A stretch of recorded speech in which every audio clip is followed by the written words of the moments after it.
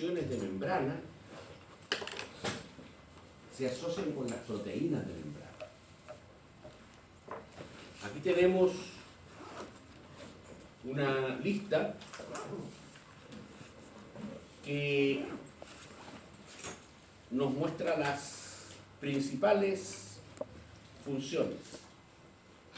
Por ejemplo, la primera, canales proteicos que permiten el paso de sustancias a través de membranas. Proteínas transportadoras que se unen a las moléculas que serán transportadas. Proteínas de reconocimiento celular. Esto es muy relevante porque otorgan una identificación química única a las células. ¿Ya? Y, como ya lo he mencionado en más de una oportunidad, proteínas receptoras que se unen a las moléculas que actúan como mensajeros químicos, que se denominan ligandos, y que son necesarios para que las células que reciben este estímulo elaboren una respuesta. Y por supuesto, enzimas, que están muchas de ellas alojadas en la membrana, como vamos a verlo luego. Bueno, aquí tenemos una serie de imágenes que nos muestran esquemáticamente parte de las funciones que hemos visto en esta lista. Por ejemplo, proteínas de adhesión, ¿ya? En el caso de un organismo multicelular como nosotros, por ejemplo, cuando hablamos de un tejido como el tejido epitelial, por ejemplo, que están las células, ya vamos a ver una imagen, pegadas unas con otras, tienen que tener algún mecanismo de adhesión, ¿ya? Y este mecanismo de adhesión está, en la gran mayoría de los casos, explicado por proteínas que se unen desde una célula a la otra. Proteínas de comunicación que forman canales entre el citoplasma de una célula y de la otra, a través de los cuales se movilizan moléculas de distinto tipo, entre ellas moléculas señalizadoras. Porque aquí hay otra cosa, que cuando yo tengo un tejido, no solo tengo un grupo de células que son similares en estructura y en función, sino que para que ese tejido ejerza la función, las células que lo componen tienen que saber lo que están haciendo las otras. De otra manera sería completamente caótico, ¿ya? Proteínas receptoras, que esto lo vamos a volver a ver. Proteínas de reconocimiento.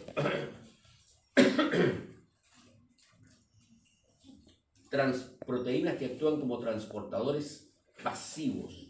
Es decir, lo vamos a ver también en esta presentación cuando hablemos de los principales mecanismos de transporte a través de membrana, que son mecanismos de dos tipos, pasivos y activos. Los pasivos se llaman así porque el paso de sustancias de un lado hacia el otro no implica para la célula un gasto de energía. En cambio, los activos sí implican para la célula un gasto de energía. ¿Ya? Aquí, por ejemplo, como transportadores pasivos, hay un grupo de proteínas, que son varias clases, ¿ya?, que se descubrieron no hace poco, pero con respecto a los otros son relativamente recientes, ¿ya? Porque fíjate que si esta zona de la membrana es apolar, no tiene carga eléctrica, resulta poco claro cómo puede atravesar el agua, que tiene carga eléctrica.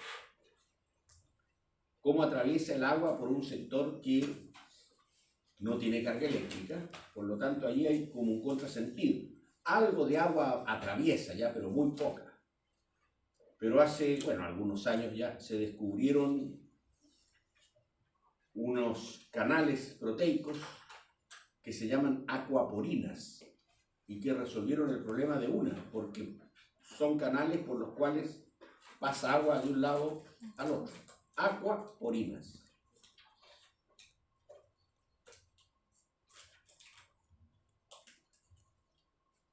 Bueno, aquí un esquema que nos muestra mecanismos de transporte activo, ya lo vamos a ver esto con detalle.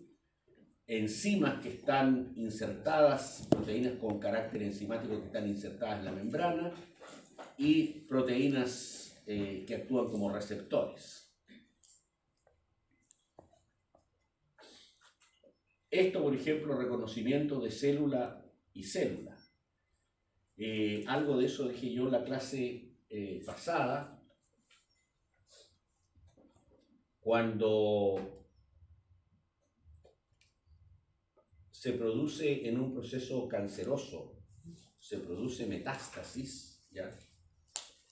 Las células cancerosas iniciales, supongamos, son de origen pulmonar, ¿ya? Y ocurre que entran al torrente sanguíneo, se salen del torrente sanguíneo y colonizan, por ejemplo, el hígado. Entonces la pregunta crucial es cómo es posible que estas células colonicen el hígado porque si en condiciones normales yo saco una célula pulmonar y la coloco en el hígado, esa célula se autodestruye. ¿Por qué razón? Porque no tiene las proteínas de reconocimiento que le permiten reconocer células iguales. Una de las cosas que sucede en los procesos de metástasis es que las células cancerosas ignoran estas señales de reconocimiento y en la práctica pueden colonizar cualquier parte. ¿Ya? Uniones entre células y uniones al citoesqueleto, que lo vamos a ver luego, y la matriz extracelular. Aquí tenemos otro esquema, un diseño computacional, cabezas polares, ácidos grasos, agua, ¿ya?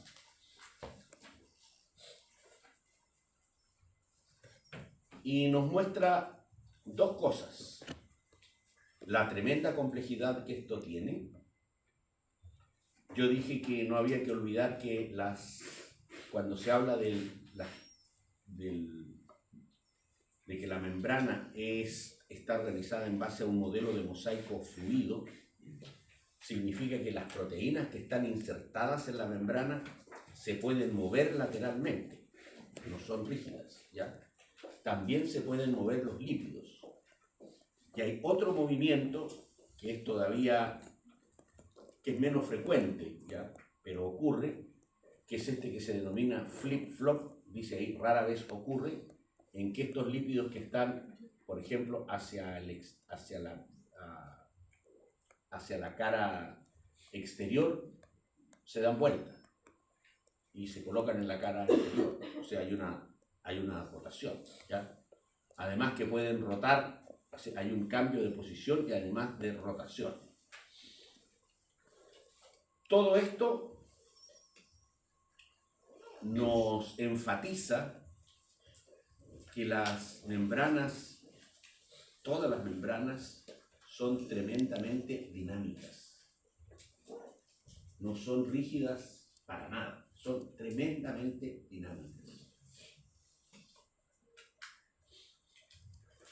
Bueno, aquí tenemos lo mismo, el famoso flip-flop, el movimiento lateral. Y aquí tenemos una membrana. Yo dije en la clase anterior que el concepto de fluidez de membrana tiene que ver con la facilidad que las proteínas que están insertadas en la membrana y o los lípidos se pueden mover lateralmente, ¿ya? Si yo comparo esto con esto, aquí los ácidos grasos son saturados, porque las colas son derechitas. En este otro esquema hay saturados y hay insaturados, porque aquí en todos estos quiebres hay un doble enlace que hace que el lípido, la cola, se doble, ¿ya? Si yo colocara aquí una proteína y aquí una proteína, la proteína se va a mover más fácilmente aquí que acá. Por lo tanto, si en una membrana yo comparo dos membranas, una que tiene más ácidos grasos insaturados versus otra que tiene menos, usted podría asegurar sin equivocarse que la que tiene más ácidos grasos insaturados es una membrana más fluida. ¿Ya? Luego vamos a ver el rol que cumple el colesterol, que es un poco en las células animales, por supuesto, que lleva confusión, ¿ya? Ya lo vamos a ver. ¿Ya? Fíjate que aquí hay unos experimentos que se hicieron hace mucho tiempo, ¿ya? Pero hicieron lo siguiente: colocaron una célula humana en cultivo y una célula de ratón, ¿ya? ¿Y qué es lo que hicieron? Marcaron las proteínas de membrana con sustancias fluorescentes de distinto color. Por eso que aparecen aquí estas de color celeste y estas de azul oscuro, o rojas y azules, ¿ya? Y cuando fusionaron estas células, obviamente lo primero que se obtuvo fue esto, en que la mitad era célula de ratón y la otra mitad era célula humana. Pero al cabo de un tiempo, como se muestra aquí, las proteínas tanto de origen humano como de origen de ratón estaban distribuidas homogéneamente en la membrana de esta célula heterocarión, porque es la fusión entre dos células de distinto origen. Aquí aparece el marcaje de estas, marcados con fluorescencia, en este caso en verde, y estas marcadas en rojo. Y a los 40 minutos de haber hecho este marcaje, para poder identificarlas, las proteínas están distribuidas de manera homogénea, lo que significa que claramente se movieron, ¿ya? Y nunca quedó la mitad ratón y la mitad humano, ¿ya? Eso fue la demostración, pero inequívoca, de la fluidez de membrana.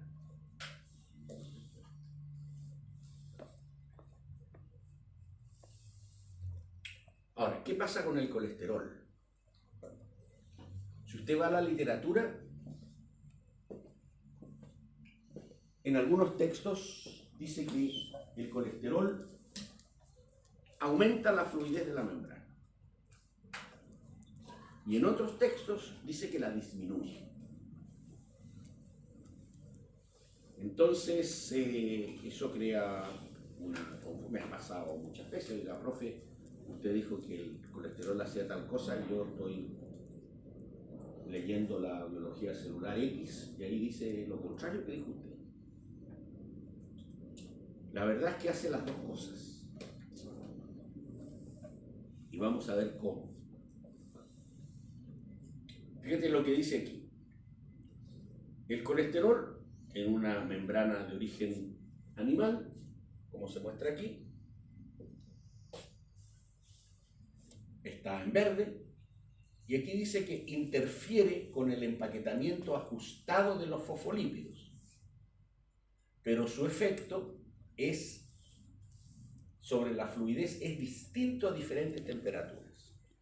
Claro, si yo no considero las temperaturas y solo coloco aquí el colesterol, claro, como el colesterol interfiere en que las cadenas de los fosfolípidos se junten y queden separadas, yo podría decir que aumenta la fluidez, si no considero nada, para nada la temperatura.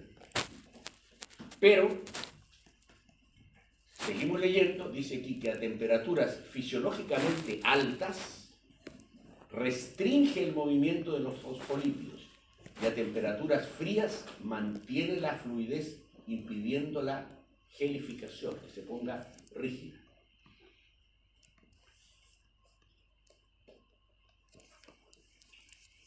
Bueno, esto es lo mismo. ¿De qué depende la fluidez? Básicamente, depende del tamaño de las moléculas, del tamaño de las proteínas. Si yo tengo una proteína así de gorda y guatona, ya, frente a una proteína fibrilar, flaquita, obviamente que la que tiene mayor volumen se va a mover con mayor dificultad que la que es flaquita. La interacción con otras moléculas. Yo puedo tener proteínas fibrilares, flaquitas, pero si están unidas entre ellas, en la práctica se constituyen en una molécula grande, que también va a tener dificultades para moverse. Temperatura. Aumento de temperatura aumenta la fluidez. Disminución de la temperatura disminuye la fluidez. Composición de los lípidos, como las colas de los ácidos grasos y el colesterol. ¿Cómo opera esto? Los ácidos grasos insaturados, estos que se enchuecan, ¿ya?, como vimos en una imagen reciente, aumentan la fluidez, ¿ya? Si yo tengo una membrana que tiene, pregunta de prueba, una membrana que tiene un 10% de ácidos grasos insaturados versus otra que tiene 40% de ácidos grasos insaturados a 37 grados Celsius, usted tendría que decirme que la que tiene 40% de ácidos grasos insaturados es más fluida que la que tiene 10, sin lugar a equivocarse. Más fluida. Los ácidos grasos de cadena larga disminuyen la fluidez. ¿Ya? Mientras más larga sea la cadena de carbonos del ácido graso, menor será la fluidez. Y aquí viene el tema del colesterol. El colesterol aumenta la fluidez de la membrana por debajo de la temperatura de transición. Ya lo vamos a ver eso. Y hace lo contrario por encima de esta temperatura. Hay organismos que modifican la composición lipídica de sus membranas para regular la fluidez. A eso se denomina adaptación homeoviscosa. ¿Ya? Nosotros, desgraciadamente, no podemos hacer eso. Pero vamos primero con lo que entendemos por temperatura de transición. Aquí tenemos un ejemplo teórico en que en este caso la temperatura de transición es de 28 grados Celsius. ¿Ya? Si yo aumento la temperatura, aumenta la fluidez. Si disminuyo la temperatura bajo los 28 grados Celsius, la membrana se hace más rígida. ¿Ya? Ahora,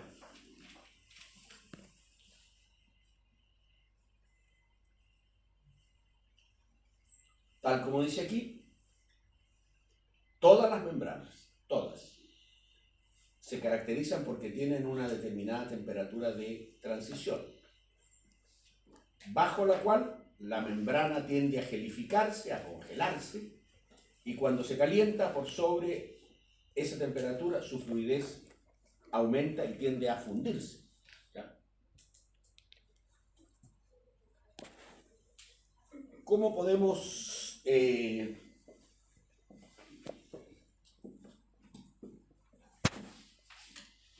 ejemplificar esto en el caso nuestro? Hay ejemplos bien simples, ¿ya? A ver, yo le voy a hacer la siguiente pregunta. Imagínense en un día más frío que este, ¿ya? Mucho más frío que este, ¿ya? Y usted tiene las manos congeladas, y hace un frío terrible, ¿ya? Pregunta: pasa con la sensibilidad de la yema de los dedos si usted tiene las manos muy heladas? Disminuye. Disminuye. Usted, si tiene las manos muy heladas, pierde sensibilidad, ¿cierto? Si quiere recuperarla, tiene que abrigarse las manos, frotárselas para que aumentar la temperatura y recuperar en parte la sensibilidad. ¿Correcto? Ya. La pregunta es, cuando yo pierdo sensibilidad en la yema de los dedos, significa que todos los receptores de presión que tengo aquí en la yema de los dedos, que son terminales nerviosas, no son capaces de generar impulsos nerviosos que le permitan al cerebro decir, mire, yo estoy tocando una superficie rugosa o estoy tocando una superficie lisa. ¿Y por qué razón?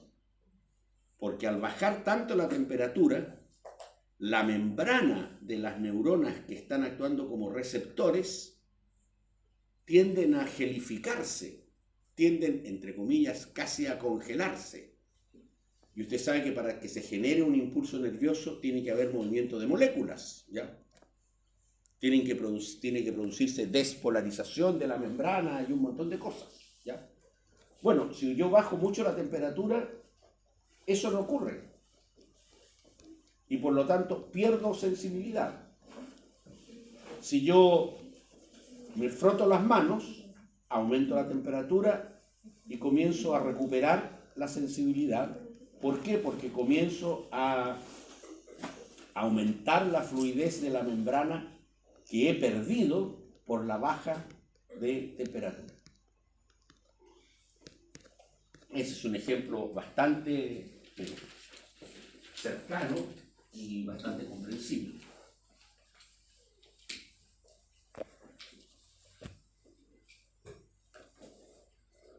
Ahora, nos vamos a detener un poco más en esto con respecto al colesterol. ¿Ya?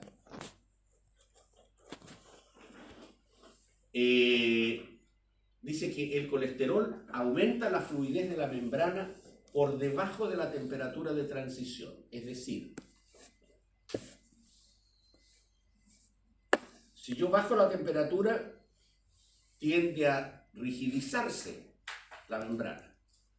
Pero si tiene colesterol, esa rigidización no ocurre.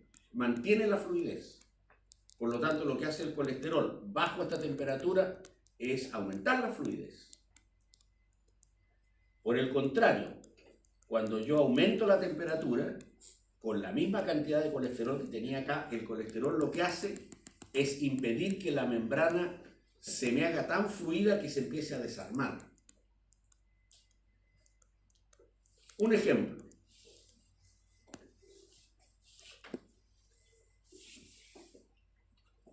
¿Usted conoce el oso yogi? Sí. Ya. ¿Y qué hace el oso yogi en invierno? Hiberna, ¿cierto? Supuestamente en el parque Yellowstone, en Estados Unidos, ¿no es cierto? En invierno el oso yogi se mete en una cueva, ¿no es cierto? Y ahí supuestamente duerme a patas sueltas durante todo el invierno hasta que llega la próxima primavera y recupera su actividad, ¿ya? Pero la pregunta es la siguiente. Cuando los osos entran en ese proceso de hibernación, lo primero que hay que aclarar es que el oso no está ahí durmiendo a patas sueltas, ¿ya? Está con una disminución notable de su actividad física, o sea, duerme mucho más de lo normal, ¿ya? Y se mueve muy poco, ¿ya? Pero baja su temperatura corporal, como le ocurre a cualquier mamífero. Si usted se toma su temperatura corporal en este momento, en que ya estamos todos en actividad, ¿ya? va a tener una temperatura corporal muy cercana a los 37 grados Celsius. Pero si usted se hubiese tomado la temperatura durmiendo a las 3 de la mañana, su temperatura corporal habría estado cercana a los 36 grados Celsius. O sea, cuando usted duerme, su temperatura corporal baja, porque está en reposo. Cuando usted regresa a la actividad, su temperatura corporal sube. Pero sube y baja poco en el caso nuestro. En el caso de un oso, baja más. Ahora, mire, esto es una cuestión de sentido común. Bueno, ya no hay ya de eso, pero yo son los que más confío. Los termómetros clínicos hoy día son todos electrónicos. Ya. En la pandemia había unos en los supermercados que alumbraban así, y yo estuve con hipotermia un montón de veces, porque marcaban, no sé, por 25 grados Celsius.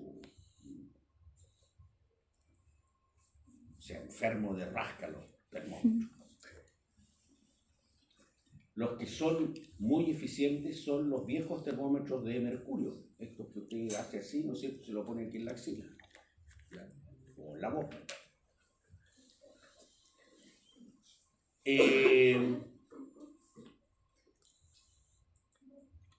Si usted mira la escala de un termómetro clínico de estos de mercurio, ¿cuál es la temperatura mínima que marca?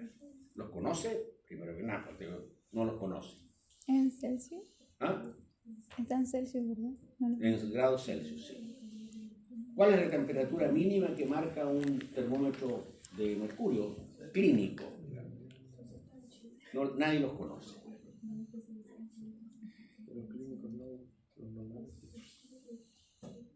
Todavía se venden en las farmacias, por si acaso. Ahí en el laboratorio. No. No.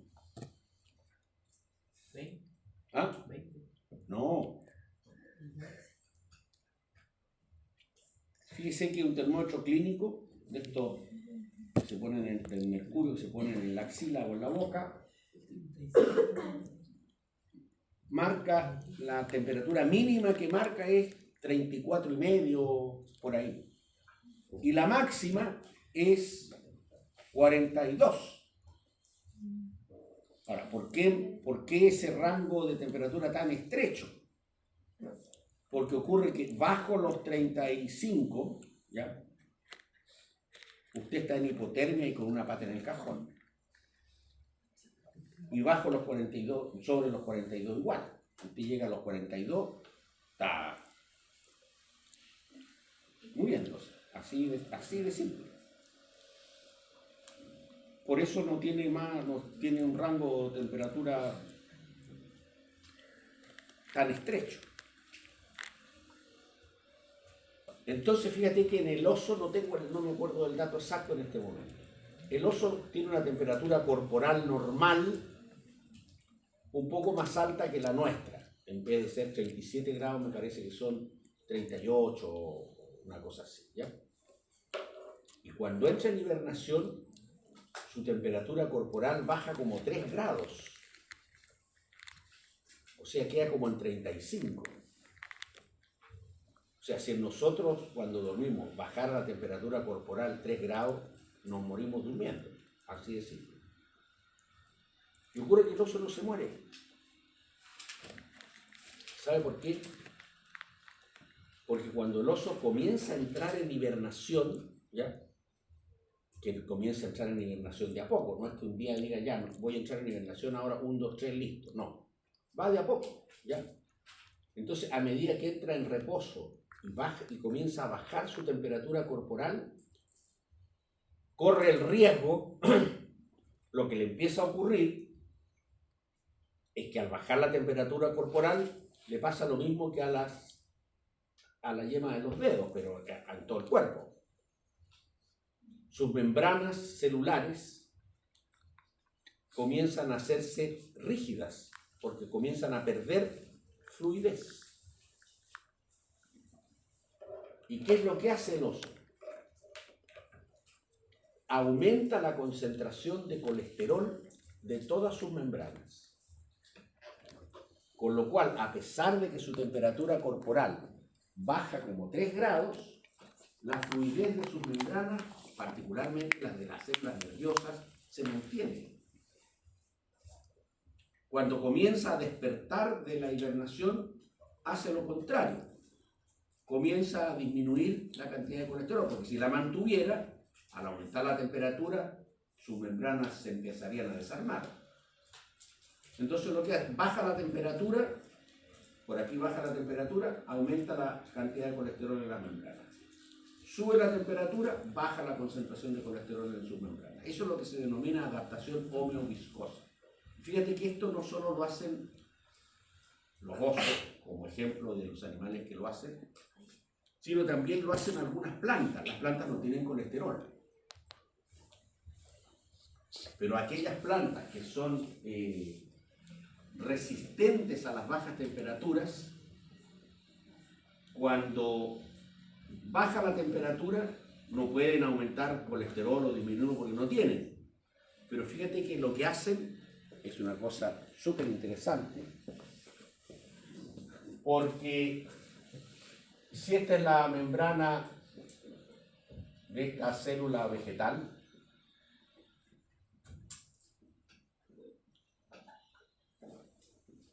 y baja la temperatura,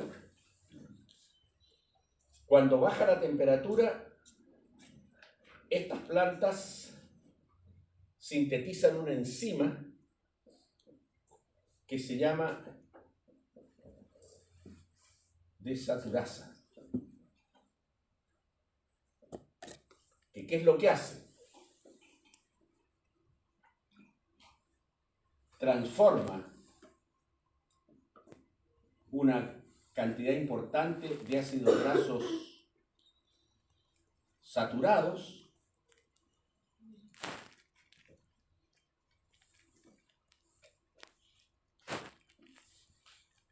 en insaturados. Y por lo tanto, a medida que baja la temperatura, esta enzima va transformando gran parte de estos ácidos grasos desaturados en insaturados. Y por lo tanto, mantiene la fluidez de la membrana. Cuando sube la temperatura, la misma enzima hace el proceso contrario.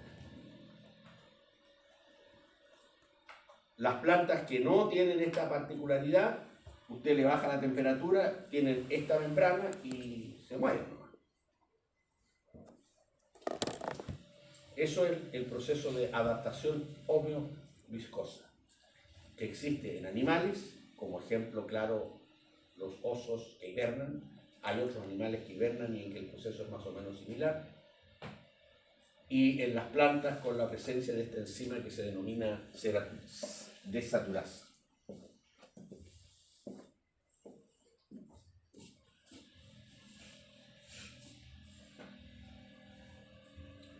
Entonces, a modo de resumen de lo que hemos visto hasta ahora, desde luego la estructura fundamental de las membranas, como lo hemos visto, depende de los lípidos que las constituyen. Todas las membranas de las células eucarióticas tienen la misma estructura básica, todas, yo lo dije esto desde el comienzo. ¿Ya?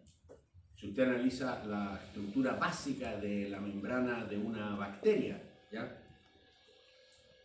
Y de nosotros, el patrón general de arquitectura es el mismo. Doble capa de lípidos con proteínas. Claro, varían los lípidos, varían las proteínas, pero el patrón general de arquitectura es el mismo. Y lo que haga una membrana, o no haga, va a depender esencialmente de las proteínas que tenga.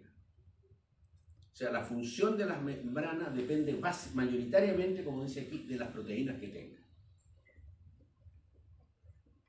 Hemos dicho también que en la cara externa de la membrana, estas proteínas y estos lípidos se asocian con hidratos de carbono. ¿Ya?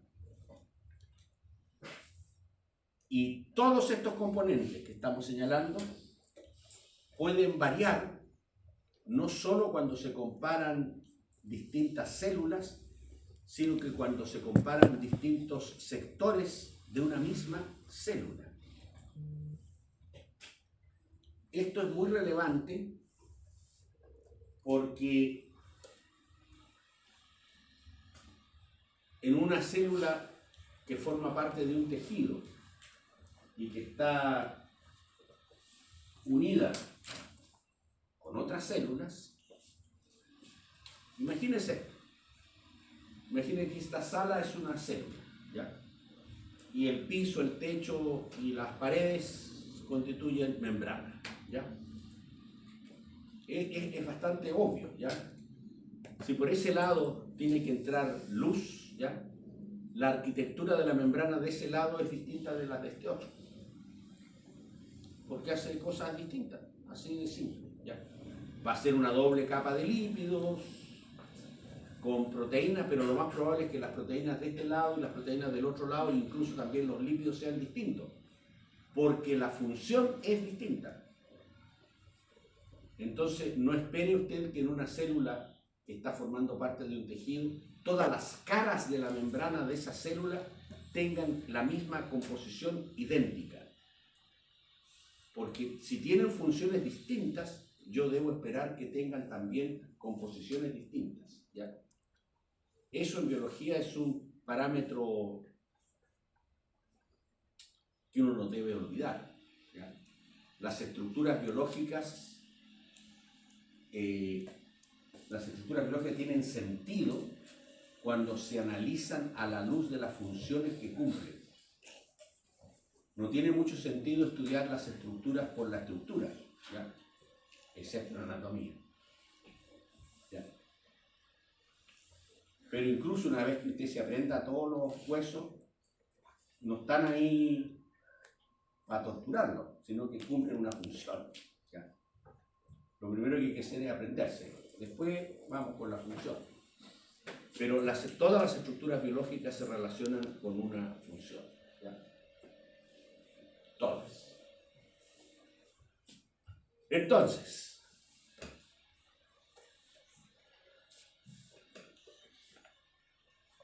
mira, dice funciones diferenciadas de membrana en una célula epitelial intestinal.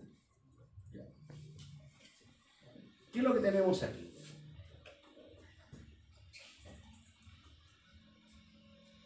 Esta es la cavidad del tubo digestivo.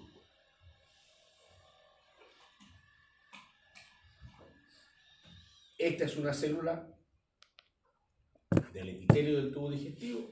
Esta es otra, esta es otra. Aquí hay un montón de cosas. Lo primero es que la membrana que da hacia la luz del tubo digestivo, hacia la cavidad del tubo digestivo, está plegada, dando origen a estas microvellosidades.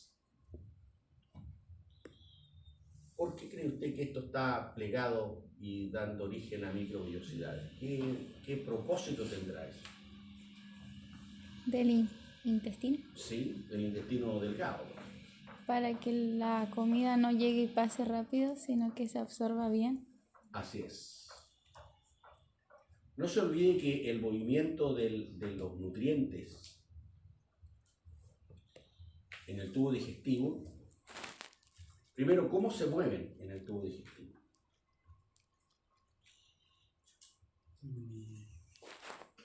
¿Quién los mueve? Las contracciones de los músculos, de los tejidos. Sí, señor. O sea, eso se va moviendo así, ¿cierto?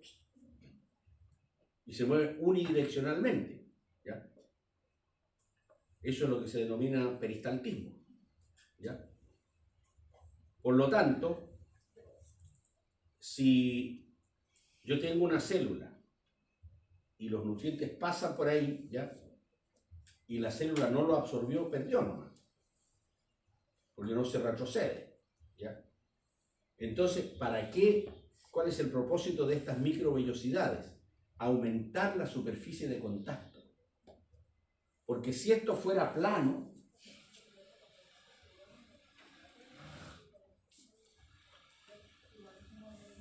Si esto fuera plano, necesitaríamos un intestino delgado que en vez de tener 7 metros, 50.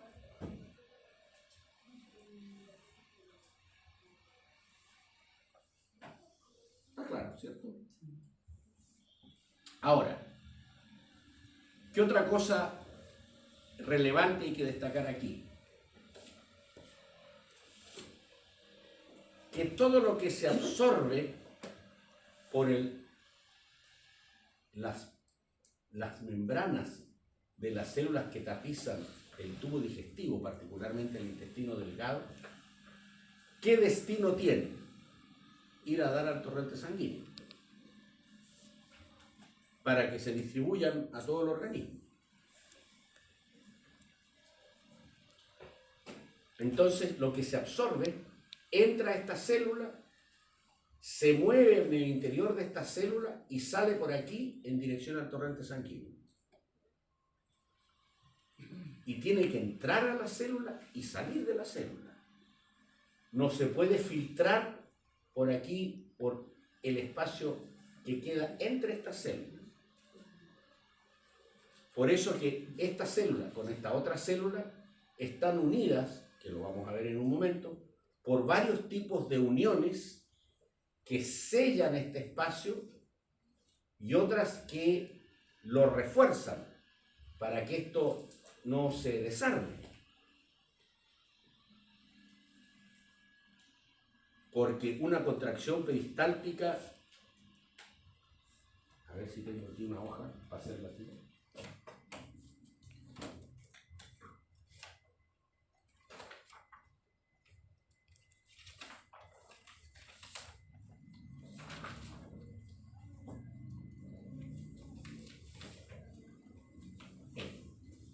Miren.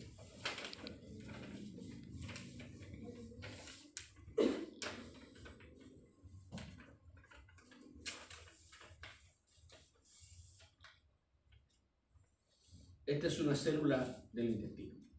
Aquí están las microvellosidades, ¿ya? Aquí al lado hay otra célula, aquí al lado hay otra célula, y aquí también, ¿ya? Porque el tubo digestivo está aquí, ¿ya? Cuando se produce una contracción peristáltica, ¿sabe lo que le pasa a esta célula? Esto. Y después así. Y en la próxima, así otra vez, ¿ya? Usted comprenderá que si aquí al lado hay otra célula, esto desde un punto de vista mecánico es tremendo. Se dice, bueno, pero ¿y si se les pasa esto? ¿Cómo no se desarma esto? ¿Por qué no se desprende? ¿Por qué no se rompe? Porque están muy bien unidas, ¿ya? Con uniones que impiden que se desarmen, pero que no interfieren en la flexibilidad de esto. Lo vamos a ver cuáles son.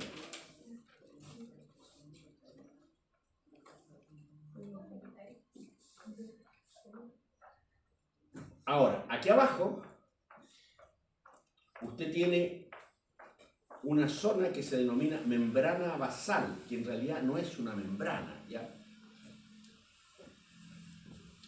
Es un montón de fibras, donde hay fibras de colágeno, elásticas y otras, a las cuales estas células están ancladas para darle rigidez a esto, para que el asunto no se desarme, ¿ya?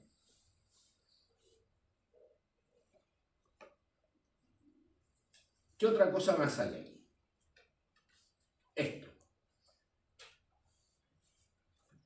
Esto es una fotografía de microscopía electrónica. Estas son microvellosidades intestinales. Y esta zona de color negro corresponde a una tremenda cantidad de hidratos de carbono asociados con los lípidos de membrana y con proteínas.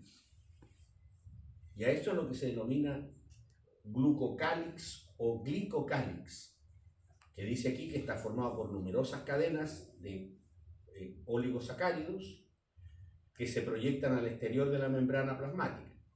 Todas las células lo poseen, todas, pero es prominente en algunas y es fácil de verlas, como las células epiteliales, que reciben, que recubren el tubo digestivo de mamíferos.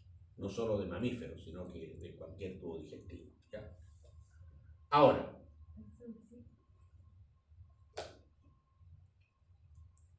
¿cuáles son las funciones de este llamado glicocálix? Aquí se muestra otra fotografía de microscopía electrónica, en negro el glicocálix, aquí abajo esto es la membrana plasmática, esto es citoplasma, esto es la doble envoltura del núcleo. Protección mecánica. Reconocimiento y fijación de partículas que la célula incorpora por endocitosis. Recuérdense que todas tienen glicocálix, ¿ah? Lo que pasa es que hay unas que es muy abundante y en otras es menos abundante, pero todas tienen, ¿ya? Reconocimiento específico de células entre sí durante el desarrollo embrionario. No se olvide que durante el desarrollo embrionario,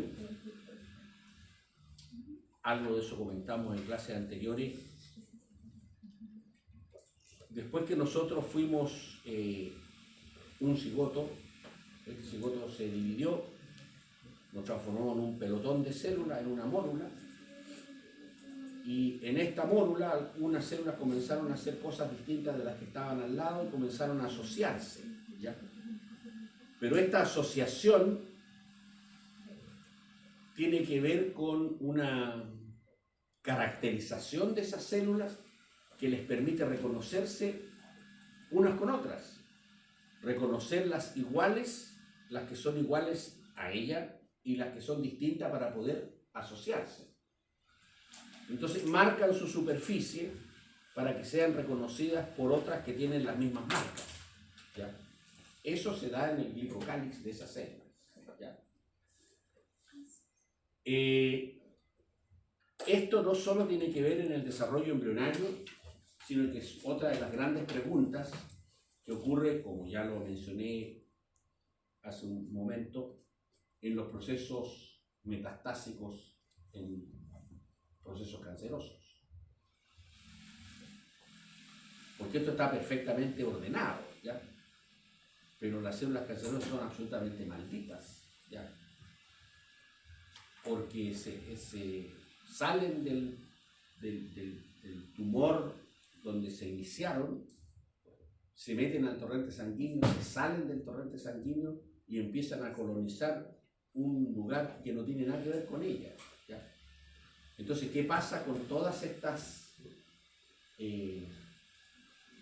condiciones de reconocimiento? Yo dije que si yo en condiciones normales saco una célula hepática y la pongo en el riñón, esa célula hepática no reconoce a las células del riñón como similares y las del riñón tampoco como similares a esa. Entonces no puede asentarse allí y se autodestruye. Pero si la célula es cancerosa, no se destruye. Y es más, comienza a invadir todo un cuerpo, ¿ya? Y por supuesto que en esas células se alteran también, se alteran los reconocimientos específicos de células entre sí, ¿ya? Entre células iguales, ¿ya? Propiedades inmunológicas. Con muchos antígenos como el de los grupos sanguíneos. Ustedes saben, ¿no es cierto? Lo vimos nosotros en la primera parte de este curso, que los antígenos de los grupos sanguíneos son básicamente hidratos de carbono, los que caracterizan al grupo sanguíneo A, al grupo sanguíneo B, al grupo sanguíneo AB y al grupo sanguíneo O. Bueno, estos hidratos de carbono que caracterizan a esos grupos sanguíneos forman parte del glicocálix de los eritrocitos, de estos glóbulos rojos, ¿ya? Eso es un ejemplo de inmunológico. Obviamente que también participan en las uniones de células con la matriz extracelular, como se muestra aquí, aquí.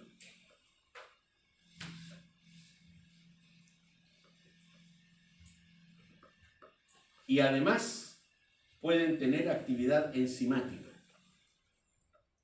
Fíjate que cuando usted consume hidratos de carbono, ¿ya?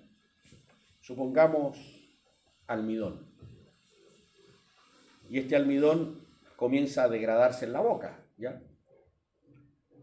Pero en la boca no se degrada hasta glucosa, sino que se degrada solo hasta maltosa, que son 2 moléculas de glucosa. Eso llega al intestino, al estómago primero, después sale de ahí del intestino al intestino delgado, y como sucede también con otros hidratos de carbono, y las enzimas que catalizan la ruptura del último enlace glicosídico, es decir, si es maltosa, hay una enzima que es la maltasa, que va a romper o va a contribuir a romper el último enlace glicosídico para que las glucosas queden sueltas y puedan ser absorbidas.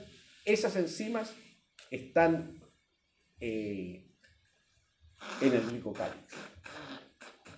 Por eso me dice allí digestión terminal en el intestino, disacaridasas que rompen disacáridos y dipeptidasas, enzimas que rompen dipéptidos. Que pasa lo mismo con las proteínas. O sea, no se olvide que cuando usted consume proteínas, yo lo he dicho y lo reitero, ninguna de las proteínas que usted se traga llegan como tales a sus células, ninguna. Porque en el intestino, particularmente en el estómago, ahí se hace pebre la proteína. Se desnaturaliza, pierde su estructura terciaria si la tiene, etc. Y cuando entra al intestino delgado, peor todavía, porque sigue rompiéndose. ¿Hasta cuándo? Hasta que finalmente deben quedar aminoácidos libres, que es lo que se puede absorber por las paredes del tubo digestivo. Entonces, cuando se ha roto hasta quedar en condiciones de 2 aminoácidos unidos, o sea, de un dipéptido, todavía falta romper el último enlace peptídico para que quede el aminoácido libre y en ese caso pueda ser absorbido.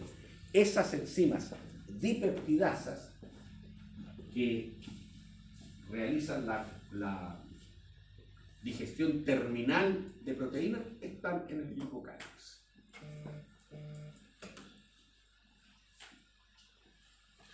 Bueno, esto es un esquema muy simple de lo que debemos. Esto es glicocálix. Estas capas de carbohidratos asociadas con lípidos y asociadas también con proteínas hacia la cara externa de la membrana. Aquí en esta maraña de moléculas están alojadas un montón de enzimas para los procesos que yo acabo de señalar. Fíjate que esto es tejido epitelial. Digamos, no es exactamente piel, pero porque es una monocapa de células. Pero estas células están férreamente unidas. La resistencia mecánica es transmitida de una célula a otra por filamentos del citoesqueleto, que lo vamos a ver más adelante, anclados a zonas de adhesión. ¿Ya? Aquí hay una lámina basal que está formada por un montón de fibras de colágeno, elástica y otras proteínas a las cuales las células están ancladas. ¿Ya? Para que esto, en caso de cualquier esfuerzo mecánico, no se rompa. Por ejemplo, hay patologías particularmente asociadas con la piel que tienen que ver con esto y con el citoesqueleto. Por ejemplo, estos niños se llaman piel de cristal, ¿ya? En que cualquier roce con la piel les provoca ampollas y qué sé yo, se debe a que hay una deficiencia genética que da origen a citoesqueleto mal construido y deficiente anclaje a esta zona. Entonces, yo lo muevo esto muy brevemente, muy suavemente, perdón, y esto se empieza a desarmar, entonces da origen a ampolla, en fin, es un desastre. Y aquí abajo tengo yo matriz, esto es tejido conectivo, ¿ya?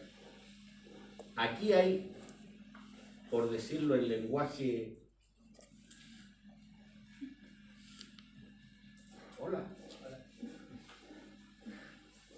coloquial, caleta de fibras,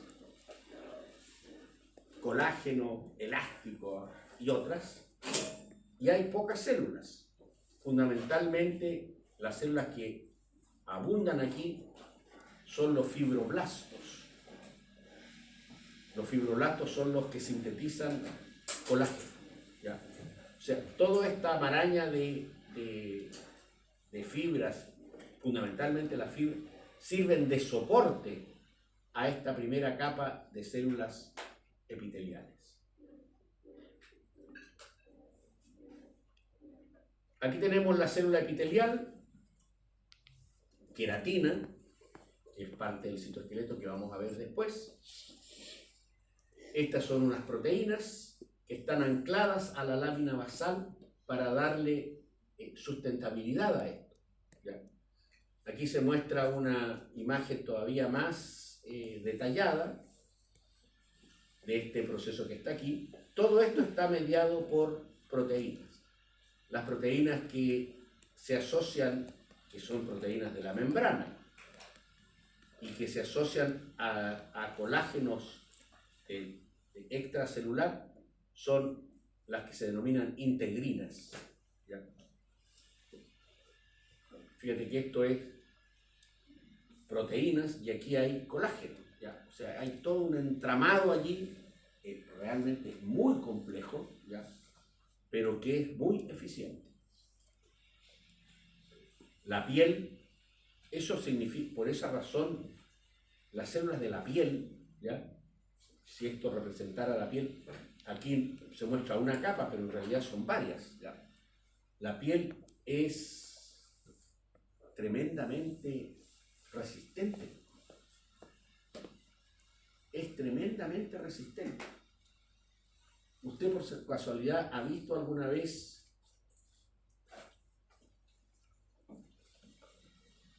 a personal médico o paramédico suturar una herida? Se va a sorprender. Bueno, usted va a suturar en la boca, ¿ya? Que no es muy distinto, ¿ya? Una herida que requiere una sutura, la persona que va a suturar toma los bordes de la herida con una pinza, ¿ya? Previa anestesia, ¿ya? Y luego con una aguja que es así, curva, ¿ya? La va cosiendo, literalmente. Pero tiene que hacer fuerza.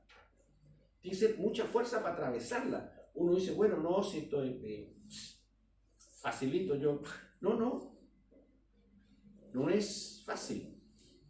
Hay que hacer fuerza para atravesarla.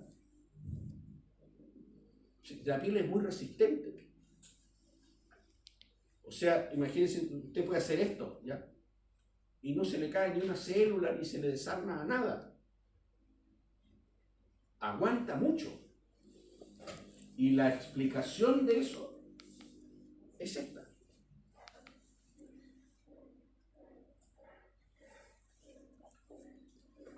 Vamos entonces con este capítulo de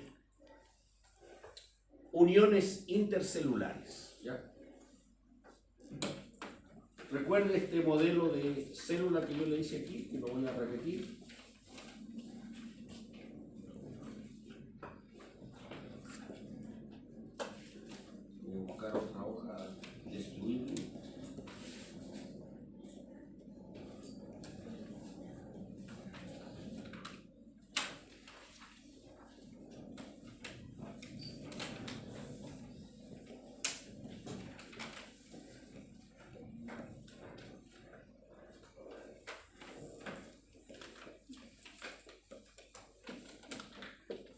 aquí tengo yo dos células.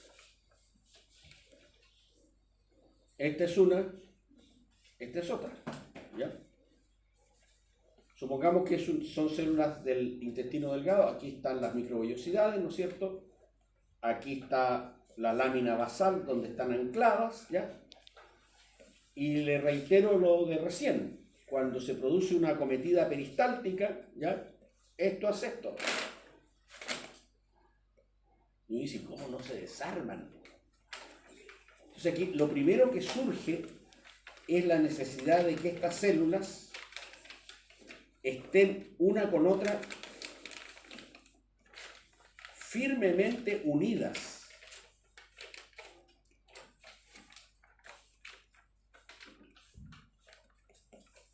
Esta célula con esta. Claro, alguien me podría decir, bueno, re fácil.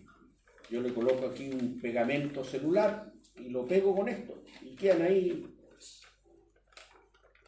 súper firmes. El problema, sí, cierto, quedarían súper firmes, pero rígidas. Y aquí lo que se trata es que esto quede, que no se separen, que no se rompan, pero que no pierdan flexibilidad. Entonces, ese es un primer problema. El segundo problema es que si aquí están las microvellosidades y por aquí circulan los nutrientes, ¿ya? Aquí hay vasos capilares para la absorción, ¿ya? Las cosas que se absorben, ¿ya? Tienen que entrar a esta célula, pero no pueden filtrarse por aquí. Entonces yo tengo otro problema más. Tengo que tener uniones que hagan que esto no pierda flexibilidad, pero al mismo tiempo tiene que haber un sello aquí que me impida que se filtren cosas por entre las células. Y como si eso fuera poco, esta célula tiene que saber lo que está haciendo esta otra. Por lo tanto, tiene que haber algún canal de comunicaciones entre esta célula y esta otra célula por el cual puedan moverse moléculas señalizadoras que le indiquen a una y a otra lo que está pasando en la célula que está al lado.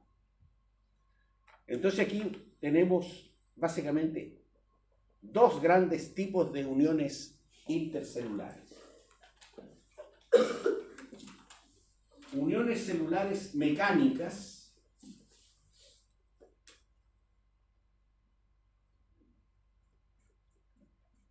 y uniones,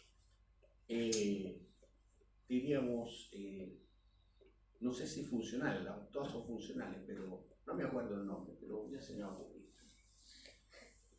Primero, lo que está claro son las mecánicas.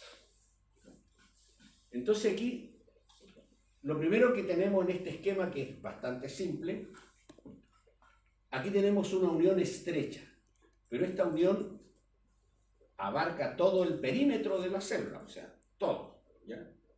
Sellando el citoplasma, el espacio intercelular, para que no haya ninguna filtración.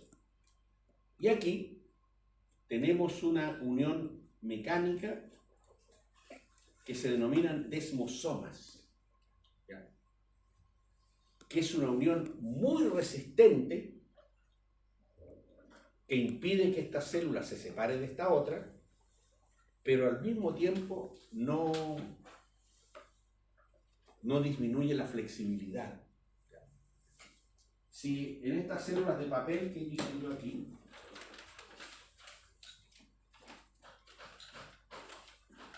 yo le dije recién que si esta es una célula, ¿no es cierto? Y aquí tengo la otra, ¿ya? Una manera de unir esto sería que yo le echara pegamento aquí entero, ¿no es cierto? Y pegara todo esto, pero me queda una cosa tiesa, ¿ya? Claro, no se van a separar, pero son rígidas. Si yo quisiera hacer aquí la representación de un desmosoma, ¿sabe lo que tendría que hacer? Tendría que colocar un botón de ropa, aquí, otro botón de ropa por el otro lado y pasarle hilo de un lado a otro. ¿Qué es? Profe, ¿los desmosomas se encuentran ubicados tal cual están ahí en un solo sector o a través de toda la unión? Vamos a ver una imagen más amplia, ¿ya?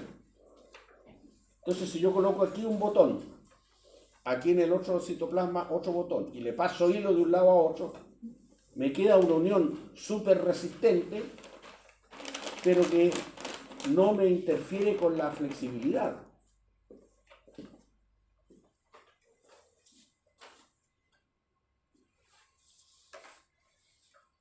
Se muestran entonces aquí uniones estrechas, unión de desmosoma, son mecánicas, y estas nexus, que son uniones de comunicación, son canales que permiten el paso de pequeñas moléculas señalizadoras entre el citoplasma de esta célula y de la célula vecina. Vamos a ver otras imágenes ahora. Clasificación funcional de las uniones celulares, de anclaje, de oclusión, formadoras de canal, transmisoras de señal.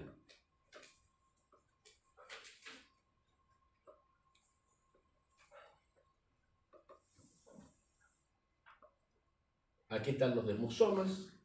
Los hemidesmosomas son como medio desmosoma que corresponden a esto. Este es en la base de la célula, le pongo yo un botón, ¿no es cierto?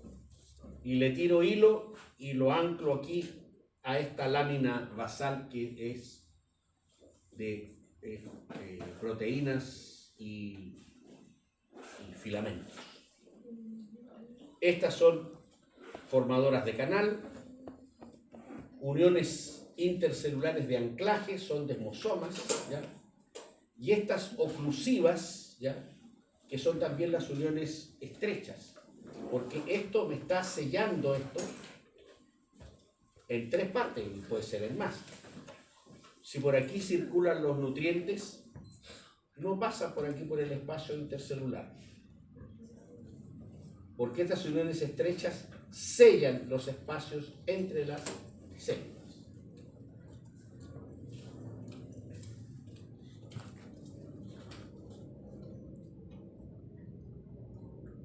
Aquí tengo otro ejemplo. Esta es una unión estrecha que, si tú te fijas, no es puntual, sino que abarca todo el perímetro de la célula. ¿Ya? Siempre se da el ejemplo del intestino, ¿ya? Pero raras veces se da ejemplo de otros órganos, en otras membranas. Pensemos, por ejemplo, en lo que está aquí, en la vejiga urinaria.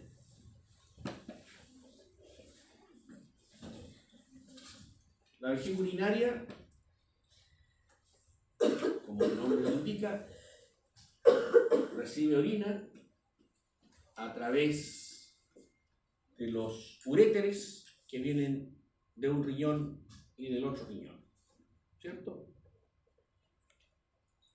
Y comienza a llenarse de orina. Ya. Está rodeada por musculatura lisa, no voluntaria, ¿ya? Y a medida que, y en esta musculatura lisa no voluntaria, también hay terminaciones nerviosas, ¿ya? Cuando alcanza cierto volumen, ¿ya? Sucede una cosa muy clara y a veces terrible, ¿ya? Alcanzado cierto volumen, se estimulan las terminaciones nerviosas, las terminaciones neuromusculares que rodean la vejiga, y esa musculatura comienza a contraerse para vaciar la vejiga, ¿ya? Entonces aquí ocurren dos cosas. No se olvide que nosotros, el reflejo miccional, y por eso se llama reflejo, es total y completamente automático. ¿Ya? Usted tiene cero control sobre eso. ¿Ya? Cero. ¿Ya? El único control que tiene, y relativo, es que usted controla el esfínter de salida. Pero más o menos no. ¿Ya? Porque si la vejiga le dio por contraerse, usted le frunce al esfínter, pero sin éxito. Sin éxito. Se va a orinar sí o sí. Pero mientras usted no se orina y la vejiga empieza a contraerse, en la práctica, si no hay salida del líquido, no se contrae. No disminuye su volumen por una razón física. Los líquidos no son compresibles. Los gases pueden comprimirse, pero no los líquidos. Entonces, cuando la vejiga, el paquete neuromuscular que la rodea empieza a hacer fuerza hacia el interior, la presión del líquido dentro de la vejiga empieza a hacer presión sobre las paredes de la vejiga. Una presión tremenda. Y fíjate que a través y esto es un epitelio, y a través de ese epitelio vesical no hay filtración de orina hacia el exterior. A pesar de que la presión aumenta, pero terriblemente. ¿Por qué no?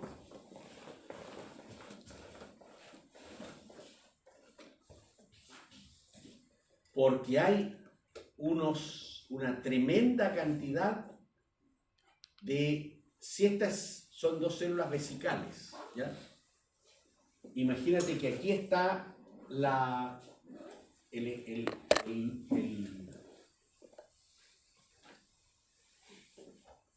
el espacio vesical de la vejiga. Aquí se junta la orina, ¿ya? Empieza esto a ejercer una tremenda presión. Incluso estas células se empiezan a aplastar, ¿ya? Por la presión. Y podrían perfectamente empezar a filtrar la orina por los espacios intercelulares, pero eso no ocurre nunca. Porque todo esto está sellado por estas proteínas. Espacio entre las células sellado por uniones estrechas.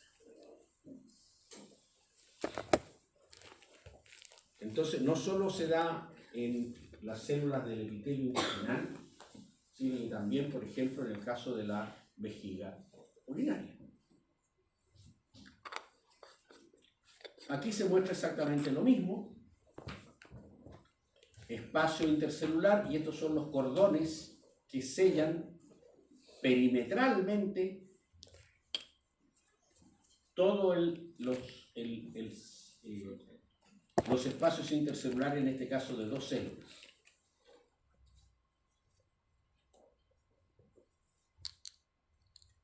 Esto es un experimento con microscopía electrónica. Aquí hay son células intestinales, ¿ya?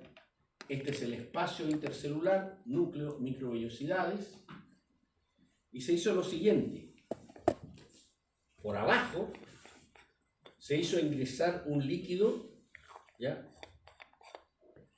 Marcado para que pueda ser detectado con microscopía electrónica y ver si desde abajo este líquido podía salir por aquí. No sale. Porque ocurre que aquí el espacio está abierto, ¿ya? Pero ahí está cerrado. Y por lo tanto llega hasta ahí, ¿no? O sea, porque aquí el espacio intercelular está sellado perimetralmente, como digo. Esto es exactamente lo mismo, ¿ya? Aquí hay una microvellosidad, uniones estrechas, espacio intercelular, aquí otra unión estrecha, y así sucesivamente. Esto es el detalle de un desmosoma. Esto se observa muy bien a la microscopía electrónica, pero esto es el tubo digestivo, como ya lo hemos visto. Pero fíjate que en un corte de piel, ¿ya? No es que se observen con este detalle, ¿ya? Pero en un corte de piel, como esto, por ejemplo, pueden observarse a la microscopía óptica con una técnica de tinción especial, que se observan como manchas entre las células del epitelio de la piel. ¿Por qué razón? Porque son muchas, son muchos desmosomas. Son tantos que se pueden ver, pero como puntos, digamos, ¿ya? De color oscuro, en un corte de piel, porque son muchísimos. Y eso es lo que explica, vuelvo a reiterarlo, que la piel sea tan dura, o sea, tan resistente, pero al mismo tiempo tan flexible.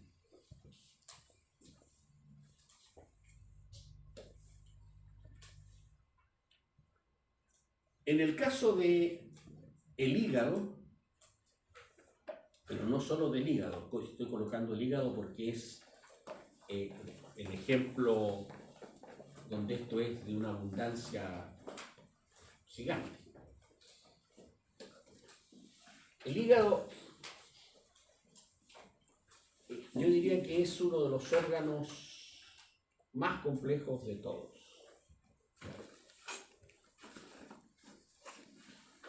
Más complejos de todos.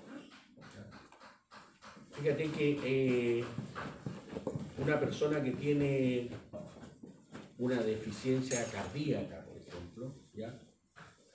En teoría se le puede insertar, ¿ya? No han dado muchos resultados, pero se le puede insertar un corazón artificial, ¿ya? Una persona que tiene una deficiencia renal se puede someter a diálisis, ¿ya? Y sigue viva, ¿ya? Pero una persona que tiene una deficiencia hepática grave, o se trasplanta el hígado o se muere. Porque es de una complejidad bioquímica gigantesca. Las funciones del hígado son muchas. De hecho, es la víscera más grande que tenemos. ¿Ya? O sea, es un órgano al cual la gran mayoría de nosotros maltrata de manera inmisericordia. ¿Ya? Y a pesar de eso, tiene que ser mucho para que uno se muera por eso. Pero tiene que ser un maltrato ya terrible. ¿Ya? Es tremendamente complejo. ¿Ya? Las células que constituyen el hígado tienen que comunicarse entre ellas de manera muy eficiente. Por lo tanto, el número de canales que hay entre una célula y otra en el hígado es gigante. Se llaman uniones nexus o en hendidura. Fíjate que estos puntos que se ven aquí son estos. O sea que hay millones de uniones en hendidura o nexus. Millones.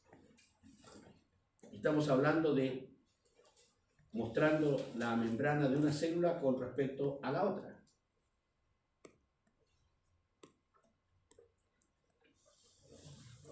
Este es el esquema simplificado de este tipo de unión. Son proteínas que constituyen un canal. Este es el citoplasma, la membrana de una célula, la membrana de la otra. Citoplasma de una, citoplasma de la otra. Y a través de este canal pueden atravesar aminoácidos, iones, azúcares y nucleótidos, en general moléculas pequeñas, no pueden atravesar proteínas ni ácidos nucleicos. Pero con esto es suficiente para que puedan atravesar moléculas señalizadoras. Esto para simplemente recalcar la complejidad que tiene esto. Este es el receptor de acetilcolina. Son 1, 2, 3, 4, 5 proteínas, un canal.